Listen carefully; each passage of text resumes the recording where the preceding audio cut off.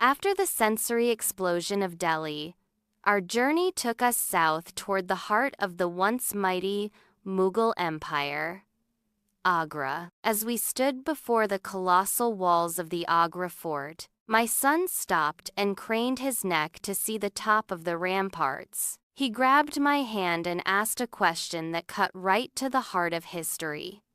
"Mom, if this was the palace of the kings who own the world, why does it feel like a giant cage?" I looked at those red sandstone walls, which have stood for nearly 500 years, and I knew it was time to tell him the darker side of the Mughal glory. I told him that these walls didn't just protect the kings, they also imprisoned them. I described the life of Emperor Shah Jahan, the man who commanded the Taj Mahal to be built. My son's eyes widened when I explained that the emperor spent his final 8 years right here in a beautiful marble tower as a prisoner. But the most shocking part for him was when I told him who his jailer was, his own son, Aurangzeb. My son was stunned. "Why would a son do that to his father?" he asked. I sat him down on a stone bench worn smooth by centuries of visitors and explained the brutal logic of power. I told him that in the world of the Mughals, the throne didn't always go to the eldest son.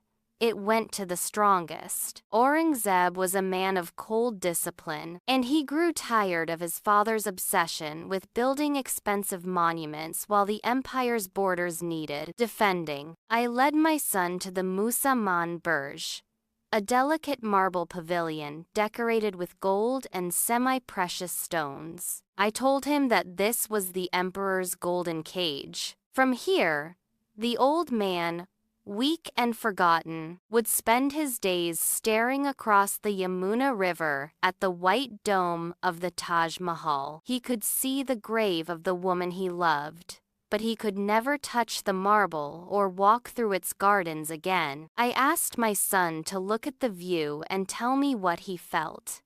He said it felt heavy. I told him that was the weight of an empire. I wanted him to understand that power is a double-edged sword. You can build the most beautiful tomb in the world, but if you lose your heart in the process, you end up a prisoner of your own success. We spent a long time in that tower, watching the mist rise from the river, thinking about the king who had everything, yet had nothing. When we finally crossed the threshold of the Taj Mahal, the sheer scale of the white marble took our breath away. It felt as if the building wasn't sitting on the ground, but floating just above it. My son ran his hand over the walls, marveling at how cold and smooth the stone felt, despite the burning Indian sun. He noticed the tiny, intricate flowers made of semi-precious gems, rubies, jade,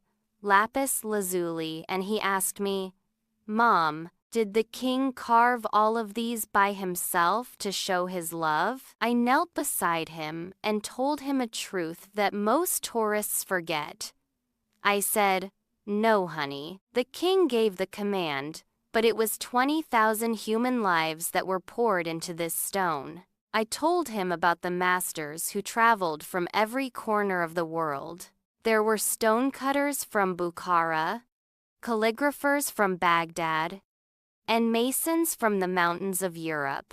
I explained that for 22 years, this site was a city of labor. The air was thick with the sound of hammers and the white dust of marble. My son looked at a single carved leaf and asked, "How did they make it so perfect without machines?" I told him that for these artisans, work was a form of prayer. They believed that if they made something perfect, they were touching the divine. But I also told him the haunting legend of the emperor's cruelty. The story that once the tomb was finished, the emperor ordered the hands of the chief architects to be cut off so they could never build anything more beautiful again. My son gasped and looked at his own hands. I told him that while historians think this is just a myth, The story exists because people understood that absolute beauty often comes at a terrible human cost. I wanted him to see the Taj Mahal not just as a monument of love,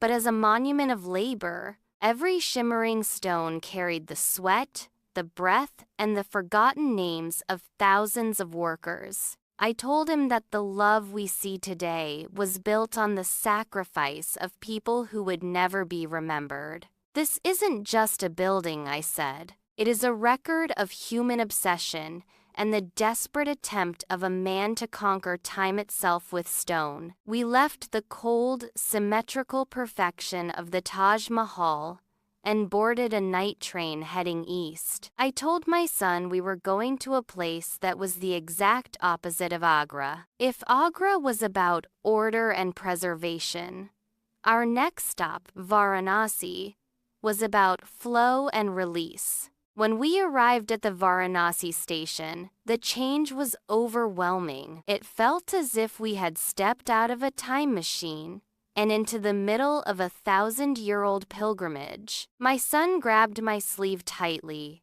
as we navigated the narrow, winding alleys of the old city. He asked me, "Mom, why does it smell like everything is old? The air feels heavy here." I told him that Varanasi is one of the oldest continuously inhabited cities on Earth. I shared the words of Mark Twain, who said that Varanasi is older than history, older than tradition, older even than legend. I explained that people don't come here to see buildings. They come here to meet the divine. As we walked toward the Ghats, the stone steps that lead down to the Ganges, my son saw something that stopped him in his tracks. He saw a group of men carrying a stretcher wrapped in bright orange and gold silk. He whispered, "Mom, is that a dead person? Why are they carrying them through the market where people are buying vegetables?" I stopped and looked him in the eyes. I told him that in Varanasi, death is not a secret to be hidden away in hospitals or dark rooms. Here, death is a public transition. I wanted him to see that while the king in Agra tried to hide death under a mountain of marble, the people here meet death face to face in the middle of the street. I told him that in this city, life and death are not two different things. They are just two different sides of the same river. We took a wooden boat and floated silently past the Manikarnika Ghat, the most sacred place for cremation in India. The air was thick with the smell of burning wood and incense. My son watched the orange flames leaping into the night sky, casting long shadows on the ancient stones. He saw the smoke rising and asked with a trembling voice, "Mom, aren't they scared? Why is everyone so calm when there is so much fire?" I watched the reflection of the fires in the dark water and explained the concept of Samsara. I told him that for Hindus, the body is just a shell like a coat you wear for a day and then throw away when it gets old. I told him that the fire doesn't destroy the person.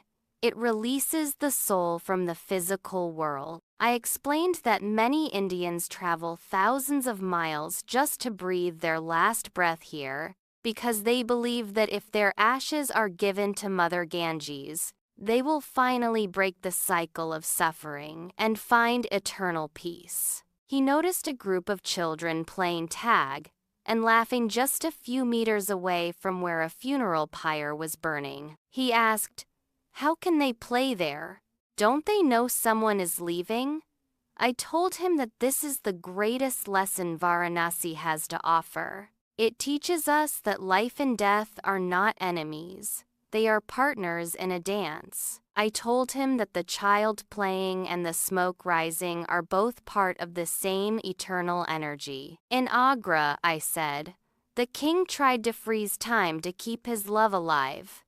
But here, the people flow with time. They understand that to live fully, you must accept that everything must end. I asked him to listen to the sound of the river. I told him that the water has seen millions of people come and go, yet the river remains. I wanted him to understand that we are not just drops in the ocean, we are the entire ocean in a drop. Our journey reached its emotional peak during the evening Aarti ceremony. Thousands of people gathered on the steps, chanting and waving massive lamps of fire toward the river in a rhythm that felt like a heartbeat. My son was quiet, his eyes reflecting the thousands of tiny lights floating on the water. He asked me to help him light his own diya, a small lamp made of dried leaves and marigolds. As he carefully placed it into the Ganges, he watched it drift away, joining a sea of other flickering lights. He looked at me and said something I will never forget. "Mom, the Taj Mahal was like a beautiful statue that couldn't breathe. But this river, it feels like it's the breath of the whole world." I hugged him and told him he had found the secret of India. I told him that Agra taught us about the ego, the desire to be remembered and to hold on to things forever. But Varanasi taught us about the soul, the beauty of letting go and being part of something much bigger than ourselves. I wanted him to carry this lesson home, that we don't need to build monuments of stone to be eternal. We are already eternal, like the water that flows to the sea. As our boat moved slowly into the darkness, away from the chanting and the fires, my son leaned his head on my shoulder and whispered, "I think I'm not afraid of the end anymore, Mom. It's just like a light floating on the water." He wasn't just a student learning English anymore. He had become a traveler of the spirit,